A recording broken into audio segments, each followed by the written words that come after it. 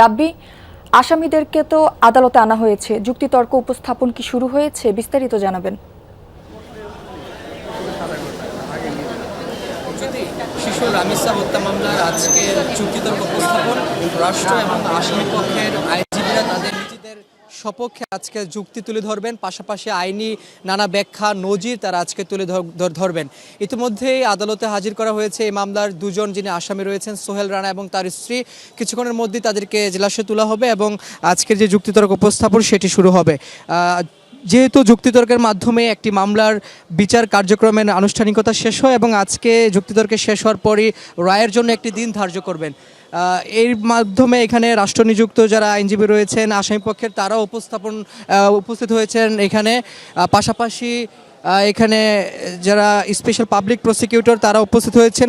এই বিশেষ করে রাষ্ট্রপক্ষ থেকে আজকে মূলত এই মামলায় যে সাক্ষ্যগ্রহণ হয়েছে 16 জন, তাদের যে যুক্তি রয়েছে সেই সাক্ষ্য উপস্থাপনগুলো করবেন। পাশাপাশি এইখানে যারা রাষ্ট্রনিযুক্ত স্টেট ডিফেন্স রয়েছেন আসামি পক্ষের আইনজীবী, তারা মূলত তার আসামির পক্ষে আজকে এখানে যুক্তি তুলে ধরবেন যে কেন তার আসামিকে আজকে এই মামলা থেকে খালাস দেওয়া প্রয়োজন, সেই আইনি ব্যাখ্যা আসামি পক্ষের আইনজীবী তুলে ধরবেন। পাশাপাশি এখানে রাষ্ট্রপক্ষের আইনজীবী মূলত এই বিশেষ করে কী ধারায় তাদের অভিযোগ আনা হয়েছে, সেই ধারায় কী ধরনের শাস্তির বিধান রয়েছে, সেই শাস্তির বিধান এবং আইনি নজির সেই ব্যাখ্যাগুলো তিনি আদালতে তুলে ধরবেন। এর মাধ্যমে মূলত এই মামলার যে বিচার প্রক্রিয়া সেটি আনুষ্ঠানিকভাবে আজকেই শেষ হচ্ছে বলে যে 4 দিনের মধ্যেই এই মামলার যেই বিচার সেটি শেষ হচ্ছে এবং আজকে যুক্তিতর্কে শেষ হওয়ার মাধ্যমে এই মামলাটি রায়ের দিকে যাবে এবং একটি তারিখ নির্ধারণ করবেন যে কবে নাগাদ এই মামলাটির রায় হবে। তবে এখানে অনেকে ধারণা করছেন যে রবিবারের মধ্যে হয়তো এই মামলাটির রায় ঘোষণা করা হয়ে যেতে পারে।